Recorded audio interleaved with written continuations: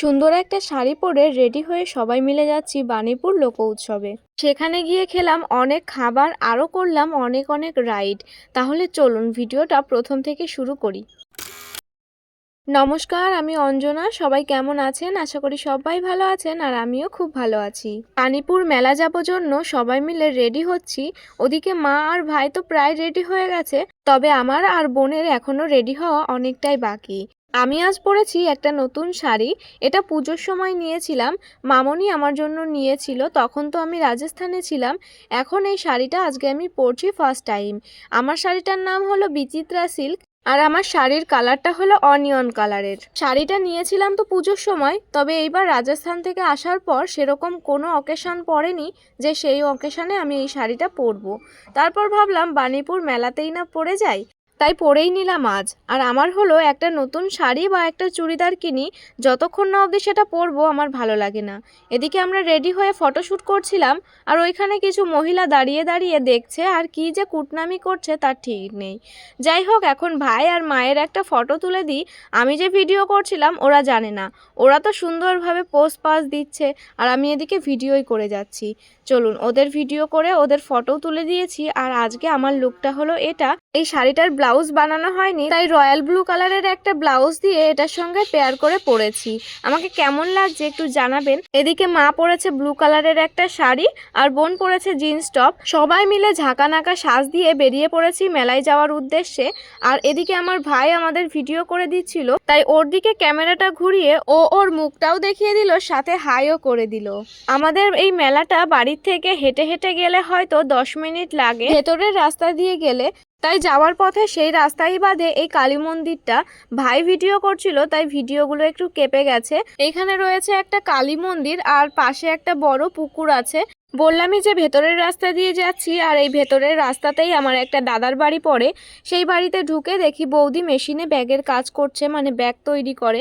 বৌদির সাথে একটু কথা বলে আবারও বেরিয়ে পড়েছি। এখন এখান থেকে জোর পায়ে হাঁটলে 5 মিনিট কি 7 মিনিট লাগবে হেঁটে যেতে, তো খুবই কাছাকাছি চলে এসেছি। এটা খুব সম্ভবত বাণীপুরেরই একটা ছোটোখাটো রোড, আমি ঠিক জানি না, খুব সম্ভবত হয়তো হতে পারে। তো এখন আমরা হেঁটে হেঁটে যাচ্ছি সেখান দিয়ে। এদিকে আমার ভাই কিন্তু বেশ ভালোই ভিডিও করা শিখে গেছে, আমি যা দেখতে পাচ্ছি। এখন কিন্তু সন্ধ্যা লেগেই গেছে, আর আমরা 15 মিনিট আগেই বেরিয়েছিলাম। ততক্ষণে কিন্তু আমরা বাণীপুর মেলার মাঠের কাছেই চলে এসেছি। এই যে মাঠগুলো দেখতে পাচ্ছেন, এই মাঠগুলোতেই অন্য সময় সকালের দিকে নাকি সবাই দৌড়াতে হাঁটতে আসে। যাই হোক, এইরকম আরও অনেকগুলো মাঠ আছে, সেখানে এখন গাড়ি ঘোড়া রাখা হবে। আমরা মেলার মাঠের খুবই কাছে চলে এসেছি। এই লাইটিংগুলো দেখতেই পাচ্ছেন, দেখা যাচ্ছে। তো এই লাইটিং শেষ হলেই আমাদের মেলার মাঠটা। তো এই দেখুন, এইখানে বাইক পুরো বোঝাই করা। এরকম আরও অনেকগুলো মাঠ আছে, সেইখানে বাইক গাড়ি সব রাখা হয়। তো রাস্তার পাশ দিয়ে মেলাতে ঢুকতেই এইরকম অনেক দোকানপাট বসেছে, তো সেগুলোই আমি ভিডিও করছিলাম। আর আজকের ভিডিওটা কিন্তু লাস্ট অবধি দেখবেন, অনেক কিছু আছে এই ভিডিওর মধ্যে। অনেকটা বড় হয়ে গেছে, তবে ভিডিওর মধ্যে কিন্তু মেলার প্রায় অনেকটা জিনিসই আমি তুলে ধরেছি। এই দেখুন, এইখান দিয়ে ফুচকার দোকান বসেছে, আর এই সাইডটায় একটা ব্যাগের দোকান বসেছে। প্রায় অনেক ধরনের কালেকশন আছে এইখানটায়, তবে আমরা এই ব্যাগের দোকানটায় ঢুকিনি, কারণ ভেতরের দিকে আরও সুন্দর সুন্দর ব্যাগের দোকান আছে।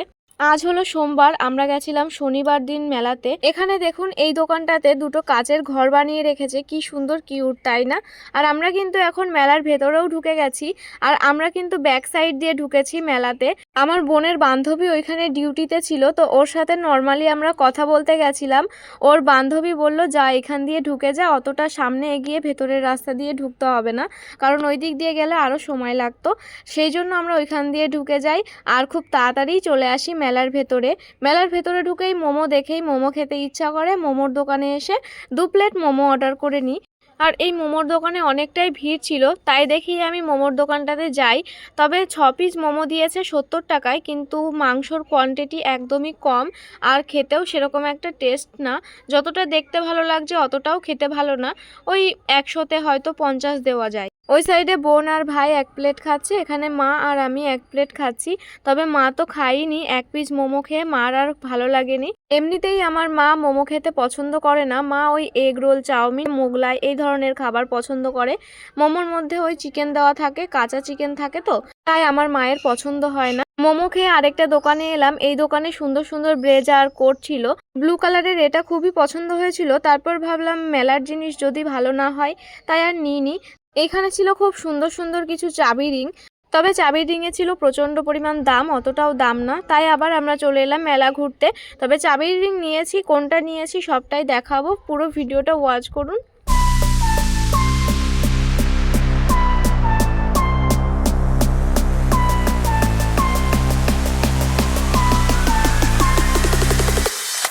মেলা ঘুরতে ঘুরতে বোনের এই জিনিসটা পছন্দ হলো, তাই ওকে এটা কিনে দিলাম। আর দেখতেও কিন্তু বেশ সুন্দরই লাগছিল, লাইট সিস্টেম করা ছিল, ব্যাটারি দিয়ে চলবে। এটা দিয়ে নাকি ভিডিও ফটো তোলা যাবে, তো আমিও একটু ভিডিও ফটো তুলে নেব। আর এই দোকানটায় এসে মা কিছু সাংসারিক জিনিস কিনে নিল, চামচ, প্রদীপ, তারপর ধূপদানি। আমাকেও মা দিচ্ছিল, তবে আমি নিইনি। এরপর চলে আসি অন্য আরেকটা দোকানে। আর এই দোকানে ছিল কাচের সুন্দর সুন্দর জগ, মগ, কাপ এইসব। আর এই দোকানটাতে পুজোর অনেক জিনিস ছিল, আরও সুন্দর সুন্দর জিনিস ছিল। তো এখানে আমার গোপুর জন্য একটা ইউনিক জিনিস পছন্দ হলো, এই ঘন্টাগুলো। তাই ওর দিদুন এটা ওর জন্য কিনে দিল। ঘন্টাটা ছোট হলেও কি হবে, সুন্দর বাজছিল, তাই ওর জন্য নিয়েই নিলাম। ওই ঘন্টা বাজিয়েই কাল থেকে আমার গোপুর ঘুম ভাঙানো হবে। আর এই যে দোকানটা, প্রত্যেকটা মেয়েরই হয়তো এই কানের দোকান দেখলে একটা আকর্ষণ হয়, তবে আমি কিন্তু অনগড বলছি, একটাও কানেই নিইনি। আমার ঘরে সব থেকে যদি বেশি জিনিস থাকে সেটা হলো আমার কানের। এরপর যদি কানের ঘরে ঢোকায় হয়তো বাড়ি থেকে বেরই করে দেবে, তাই আর আমি কানের নিইনি। মায়েরা হয়তো এরকমই হয়, আমরা খুঁজি কি কিনবো কি খাবো এই সব সাজুগুজুর জিনিস, আর মারা শুধু দেখে কোন জায়গায় সাংসারিক জিনিস পাওয়া যাবে সেই সব। এখানে দেখলাম একটা রাজস্থানি চায়ের দোকান, তবে ভিডিওই করেছি, আমি চা সেইভাবে পছন্দ করি না, তাই আমি খাইনি। আর এই হলো মরণকূপ। ছোটোবেলায় যখন বাবার সাথে মেলায় আসতাম, বাণীপুরের মেলায় মেনলি, তখন বাবার সাথে আমি এই মরণকূপে উঠতাম গাড়ি চালানো দেখতে। মা, ভাই আর বোন নিচে থাকতো। আজকে খুব খুব মনে পড়ছিল বাবার কথা, তবে বাবা থাকলে হয়তো যেতে পারতাম। মা খুব ভয় পায়, ভাই বোনও খুব ভয় পায়, তাই আমি একা আর যেতে পারিনি। এইদিকে আরও নাকরদোলা, আরও ডিস্কো এইসব ছিল, কিন্তু কোনো কিছুই আমি ভয়ের জন্য উঠতে পারি না, তাই প্রত্যেকটা জিনিসই আমি অ্যাভয়েড করে চলি। আর বাণীপুর মেলাতে আসার 1 নম্বর উদ্দেশ্য হলো আমার পিঠের দোকানে এসে ভাপা পিঠে খাওয়া। কারণ বাণীপুর মেলার জন্য আমি প্রত্যেক বছর ওয়েট করি এই মেলাতে এসে ভাপা পিঠে খাওয়ার জন্য। এমনিতে তো আমার মা বানাতেই পারে, মা বানিয়ে দেয়, তবুও মায়ের হাতেরটা ভালো লাগলেও বাণীপুরের মেলায় এসে এই ভাপা পিঠেটা আমার খুবই খেতে ইচ্ছা করে। ভাপা পিঠে হলো আমার পিঠের মধ্যে সব থেকে ফেভারিট পিঠে। আর এই মেলাতে এই কাকুর দোকানের কাকুর হাতের এই পিঠেটাও কিন্তু খুবই সুন্দর লাগলো। প্রায় অনেকটাই নারকোল দিয়েছিল, অনেক দোকানে তো নারকোল দেয়ই না। এনার পিঠেতে কিন্তু প্রায় অনেকটাই কোয়ান্টিটি ছিল নারকেলের। খেতে খুবই সুন্দর টেস্ট হয়েছে। এখন একটু একটু করে আমরা বাইরের দিকে বেরোবো, কারণ প্রদর্শনীর ওই মেলাটাতেও যেতে হবে। আমরা তো প্রথমেই এই মেলাটাতে ঢুকেছি ওই ব্যাক সাইডের রাস্তা দিয়ে। বাণীপুরের এই মেলাতে তো অনেক ধরনের প্রদর্শনী দেখায়, ওই প্রদর্শনী থাকে মেন আকর্ষণ। তবে তার আগে মা বলল চল কিছু খেয়ে যাই। এইদিকে অনেক ধরনের রেস্টুরেন্ট বসেছিল, মানে রেস্টুরেন্ট আকারের অনেক খাবারের দোকান বসেছিল। আমরা বেছে বেছে এই দোকানটাতে এসে বসলাম। দোকানের সামনে অনেক আন্টি, অনেক আঙ্কেলরা থাকে, তারা ডাকে তোমাদের যেটা ইচ্ছা সেটাই যেতে পারো। তো আমরাও এই দোকানটাতে এসে বসলাম। কিছুক্ষণ পর একটা আঙ্কেল এসে অর্ডার নিয়ে গেল। ভাই বলল ওই গোল গোল লুচির মতো ফুলে আছে ওইগুলো খাবে, তো ওনাকে আমরা সেগুলোই অর্ডার করে দিলাম একটা। আর দেখতে কিন্তু বেশ অনেকটাই বড়। কিছুক্ষণ পর আমাদের দিয়ে গেল অর্ডারটা। এটা ফোনে দেখতে যতটা ছোট লাগছে ততটাও কিন্তু ছোট না, তাই আমরা এটা একটাই অর্ডার করেছিলাম। এই খাবারটার মধ্যে ভেঙে দেওয়া আছে মোগলাইয়ের ওই তরকারিটা, শসা, কিছুটা চানাচুর আর কিছুটা টমেটো সস। এখন আমরা খাচ্ছি বসে বসে, আর ক্যামেরা অন করে খাচ্ছিলাম বলে সেরকমভাবে খেতে পারছিলাম না। আমি একবার মুখে একটু দিচ্ছি, একটু হাসি, আবার চারিদিকে দেখছি ঢালুমালু করে, কারণ আমি নম্র ভদ্রভাবে খেতে পারি না। আমার সব দিকে দেখে সব দিকে তাকিয়ে খেতে হবে, তাতেই আছে আলাদা একটা মজা। এরপর চলে আসি আমরা এই ফাংশনের জায়গাটায়। এইখানে একটু পরের থেকেই ফাংশন শুরু হবে, অনেক অনেক অর্কেস্ট্রাররা আসে, গান হয়, অনেক কিছু হয়। তো এখানে কিন্তু লোকজন ভরে গেছে, দাঁড়ানোর জায়গা নেই। এই ভিডিওটাও আমি অনেক কষ্ট করেই করেছি।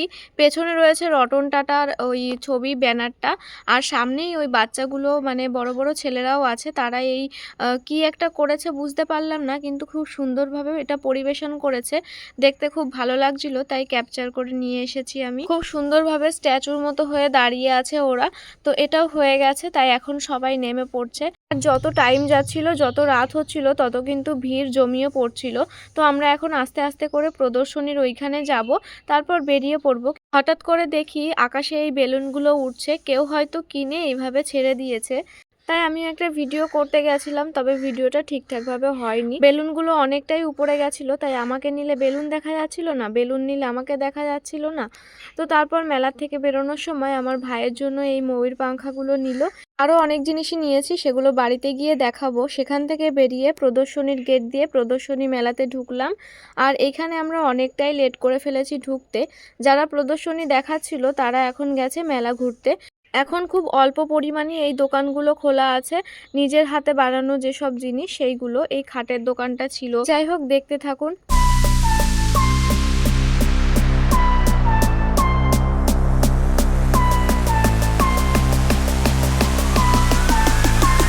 এখানে সেনকো গোল্ড থেকেও এসেছিল একটা দোকান, এই যে বাঁশের হাতের তৈরি একটা জিনিস।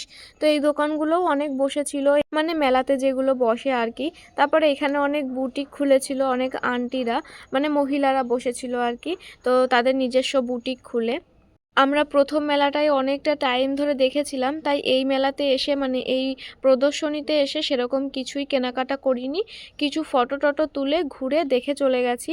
আর এসেছিলাম মেনলি প্রদর্শনী দেখতে, তারপর এসে দেখি প্রদর্শনীর সবাই নাকি মেলা ঘুরতে গেছে। তারপর এইখানে একটু ফটো তুলে নিলাম, এই ঘরটার সামনে একটু ফটো তুলে নিলাম। আর ওই যে এই পেছনটাতে এই বাণীপুর লোক উৎসবের ওই জায়গাটাতে অনেক ভিড় ছিল, তাই ওখানে আর ফটো না তুলতে পেরে আবার এখন বেরিয়ে পড়ছিলাম। তখন দেখলাম এখানেও অনেকগুলো বুটিক খুলেছে। তো এখানে অনেক ফুলদানির দোকান ছিল, এই একটা লাইট ল্যাম্প ছিল। তো সব কিছুই বেশ সুন্দর লাগছিল। তো এখানে একটা ইউনিক জিনিস দেখলাম, পাঁপড় ভাজছে আঁচের উনুনে। তো ওটা দেখে আমরা বেরোনোর সময় এখানে আবার চিত্রকলার কিছু একটা ছিল এই রুমটাতে, মানে রুম টাইপের করেছিল। তো এখানে ভেতরে ঢুকে দেখি সুন্দর সুন্দর কিছু অঙ্কন। তো এইগুলো এঁকে এঁকে সবাই এই জায়গায় কালেক্ট করে সেগুলো দিয়েই একটা মেলার ভেতরে একটা জায়গায় করেছে। তো এইগুলোও দেখলাম, খুবই সুন্দর লাগলো। এখন আমরা মেলা থেকে বেরিয়ে পড়েছি। মেলার বাইরেও যেসব দোকান হয়েছিল সেখান থেকে ওই যে ওই মিষ্টি টাইপের গজা, তারপরে আরও অনেক কিছু নিয়ে নিলাম। আর একটা দোকান থেকে কিছুটা বাদাম নিয়ে এখন আমরা বেরিয়ে পড়ব। এখানে অনেক দোকানে অনেক সবাই ডাকছিল, তবে কার দোকানেরটা বেশি ভালো হবে বুঝতে না পেরে এই দোকানের জিনিসগুলো খুবই সুন্দর ছিল। এখনও অবধি যারা আমার ভিডিওটা দেখছেন তাদেরকে অসংখ্য ধন্যবাদ। মেলার এই ভিডিওটা কেমন লাগলো জানাবেন। এইবার যারা আসেননি তারা পরের বছর অবশ্যই আসবেন। মানিপুরের এই মেলাটা কিন্তু খুবই সুন্দর হয়। এখন ফুলদানিও নিয়ে নিয়েছি, এখন বাড়িতে যাব। চলুন তবে আজকের মতো ভিডিওটা এই অবধিই, দেখা হবে পরের ভিডিওতে। সবাই ভালো থাকবেন, বাই।